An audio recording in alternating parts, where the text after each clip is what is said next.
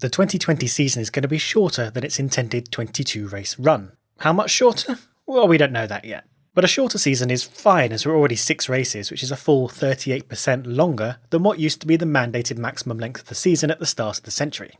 And don't forget, back in the old days, a season could be much shorter. In the 1950s, seasons ran between 7 and 9 races long, except for the 58 championship that ran to 11 races. And we wouldn't hesitate to diminish the legendary status of champions and racers from that era. And as mentioned previously, shorter seasons make each race more valuable to the championship, so a shorter season has more tension. A bad race is a much bigger blow. With the current strength of the Hamilton-Mercedes powerhouse, the longer we make the seasons, the more likely it is Hamilton will take the title. So I started to look back over the 2019 season. Overall 21 races, counting all the scores, Lewis Hamilton emerges as champion. Of course, we've already seen that. But how short do you have to make the 2019 season so that someone else can win if you get to pick and choose the races? Let's take an extreme example. If you make the 2019 season only 1 round long, you could make 5 different drivers champions just by picking one of the races that they won. But that's not very interesting. So let's look at Hamilton's closest rival Bottas, who came second, a full 87 points behind Lewis last year. These here are the points that Bottas and Hamilton scored at each race last year. Now let's look at the points difference between these two drivers, the positive values showing when Bottas outscored Hamilton, and the negative values where Hamilton beat Bottas. We can rearrange these races from best to worst in terms of how well Bottas did compared to Hamilton. In this case, Japan goes first because Bottas beat Hamilton by his best 9 points, and Hungary comes last where Hamilton outscored Bottas by 21 points. And if you run the championship in this order, we see Bottas builds a lead over the 6 races where he does better than Hamilton, but then for the rest of the year Hamilton claws it all back, overtaking him at round 14 in Spain. So if you ran this 13 race championship from the 2019 races, then Bottas would be champion, assuming everything else happened exactly as it did before. Now in fact, if you run any combination of 14 races or more from the 2019 season, Hamilton will always win. There is no way to pick 14 races from last season that results in the total points serving anyone but Lewis. But we'll get to that in a little bit. Let's quickly look at Verstappen, who comes third from a full 21 race 2019 season. We can do the same thing again, line up his results against Hamilton, looking at their differences in points, and then ordering them by Max's best results against Lewis's.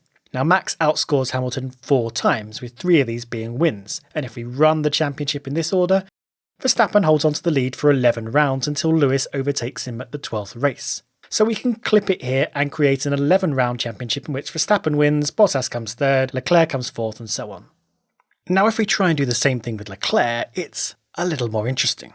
Let's do the same thing. Run him up against Hamilton's scores and rearrange the season in order by magnitude of Leclerc's success over Hamilton in each round. The first interesting thing to spot is that Leclerc's second best result over Hamilton isn't one of his wins, but a second place. This is due to the Austrian Grand Prix resulting in an untypically low 5th place for Hamilton, whereas Leclerc's win in Belgium has Lewis as runner-up. Anyway, if we let it play out this way, it looks like Leclerc loses the title lead at round 10 in Japan.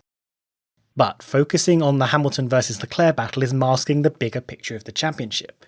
Leclerc actually loses the title lead after only 7 rounds, but he loses it to Max Verstappen, who holds it until round 10, where Bottas steals the lead, before losing it to Hamilton at race 13. So in this particular order of races, we have to make it a mere 6-round season to give Leclerc the title, the shortest season F1 will have ever seen. But is this really the best Leclerc can do? Clearly pitting him directly against Hamilton and ignoring his other rivals was a mistake. So instead, let's try ordering the 2019 season by Leclerc's outright best points results. So we put his 2 wins up front, then his 2 second places, then his 6 thirds, and so on. Well, in this specific arrangement, he holds onto the title lead for 1 round longer, 7 rounds, before dropping down the order. This is better, but is it the best we can do for Leclerc? Now at this point you might be asking, why didn't we order Bottas and Verstappen seasons by their best absolute results, like we just did for Leclerc? And the answer is, because it's not necessarily better. You have to think about your direct competition. In Bottas's case, if we order his season by his best outright results, he will lose the championship lead to Hamilton on round 9, 5 races earlier than when we compared his results directly to Lewis's. Why? Because all of Valtteri's second places but 1 were in races where Hamilton was the winner. So he lost points 6 out of the 7 times he came second last year. Because drivers are scoring points against several rivals at once, it's very hard to say at a glance for any given driver what is the longest possible season you can construct and have them emerge as champion. So I just went and brute forced it. I ran every single possible combination of races from the 2019 selection to create seasons of every length, from one race long, of which there were 21 possibilities, to a season that was 21 races long, of which there is, one possibility, the one we just saw last year. Now, when I ran the numbers, I made sure there were no repeats, so we didn't have a season with 2 Spanish Grand Prix, for example, and we didn't have seasons that were just, copies of each other. So I didn't have a 3-race season of Australia, Bahrain, China, and also a season of Bahrain, China, Australia. They are the same season, effectively, so I didn't count them both. Now, there are 210 possible seasons that are just 2 races long, and there are 1,330 possible seasons that are 3 races long, and, well, the numbers grow quite substantially towards the middle. In fact, the total number of different seasons you can make of any length, just picking from the 21 races from last year, is exactly 2,097,151 combinations. Of these, Hamilton wins a staggering 97% of all possible combinations, winning 2,041,043 seasons. And how many does Carlos Sainz win? Just 1. Well, actually he doesn't. But he does tie for leading points with 2 other drivers in a 2-race season consisting of the Japanese and Brazilian Grand Prix. But the other 2 drivers, Bottas and Verstappen, each have a win to their name, demoting Sainz to 3rd and leaving a real pickle for the FIA in who wins outright. But imagine though, Sainz being 1 fastest lap away from taking the title. In this weird world, Hamilton will come 5th behind Gasly, and Leclerc is in 10th behind both Alphas. Now, of course, a 2-race season isn't going to happen, but if these were the first 2 races of the season, the championship table would be ridiculously exciting to see. Alright, so let's have a look at our other 2 million seasons. There are 21 possible seasons that are just 1 round long, and obviously Hamilton wins 11 of these, Bottas 4, Verstappen 3, Leclerc 2, and Vettel 1, as these are just the winners of all the races. Races and championships are effectively the same thing in a 1-race season.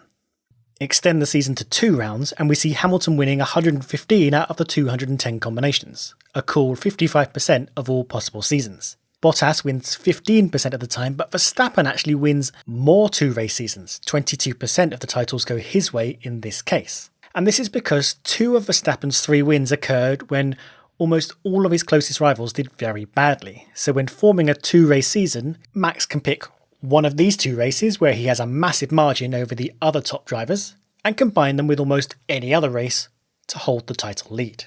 Again, you have to keep an eye on how you're doing compared to multiple other drivers at once. And as we increase the length of the season, we see Hamilton wins a larger and larger percentage of all possible championships. This should be no surprise as he has a better selection of races to choose from, and as you increase the length of the season, his rivals will have to start dipping into their duds. So let's lay out all 2 million or so combinations on the table then, at least in this summary form. Here we see confirmation that, as I said earlier, any season of 14 rounds or longer will result in a Hamilton win. He wins 100% all combinations of 14 races or more. Bottas is the only other driver who can win a championship of 12 to 13 races in length, and Verstappen can win a championship in seasons up to 11 races long. Now here's the funny thing though. Vettel can win titles in a 9-race season, but Leclerc can't.